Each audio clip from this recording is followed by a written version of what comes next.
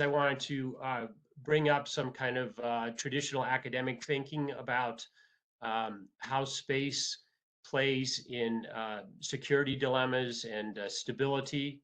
And this is derived from some thinking that was done primarily by Brad Townsend. He recently wrote a book and had some important articles dealing with these concepts. And it all goes back to a 2x2 matrix. And the question is whether offense or defense forces have the advantage. And then the second question is whether you can distinguish between offense and defense capabilities. So in the situation that the offense has the advantage and you can't distinguish between the two, that's thought to be a doubly dangerous situation.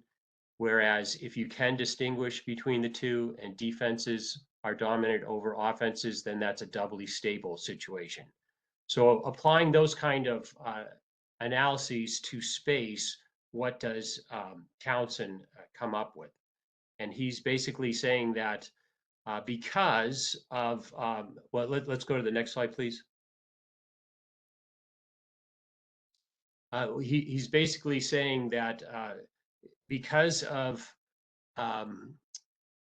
large arrays of satellites, proliferated capabilities such as a system like Starlink, that the Russians have had a very difficult time really degrading in any kind of significant ways. Unlike most of the previous thinking about space, when you have these kind of very large constellations that are very difficult to significantly degrade, then the advantage passes over to the defense. So it's moving to make space a more stable domain. It's not that doubly dangerous domain where we can't distinguish between offensive and defensive forces, and offenses have the advantage. I think I have one more slide. Okay, so this is just getting into that in greater detail, and again, derived from Brad Townsend's thinking about these issues. But the good news for us, and I think Townsend is right, that these large proliferated architectures that are very difficult to degrade provide some great advantages that seem to be more on the side of the US and its allies than the Russians and the Chinese. So whereas in the not too recent past, the Russians and Chinese could think real seriously about taking out a very small number of highly vulnerable satellites and having a disproportionate effect, today that's becoming increasingly difficult. So really the challenge for the United States going forward is to figure out ways to make more parts of our architecture more resilient like that.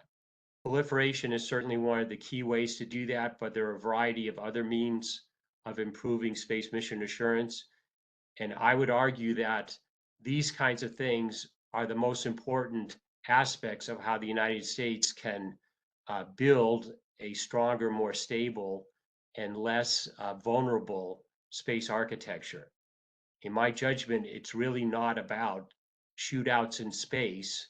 If you get to that point, you've already reached an issue or a condition that's unfavorable. You want to make it so you deny benefit to your adversary from even initiating that fight in the first place. So a final thing I'll just mention, because these capabilities seem to be so important and they are so difficult to degrade using conventional means, one of the things that we really need to worry about is someone like Vladimir Putin detonating a nuclear weapon in low Earth orbit, because Yes. it would pump up the Van Allen radiation belts about 3 to 4 orders of magnitude above their normal radiation, and cause the failure of all those satellites in weeks to months. So that's a real serious threat that we need to think about and find ways to counter. But absent that, it does seem really difficult to go after these distributed, proliferated architectures.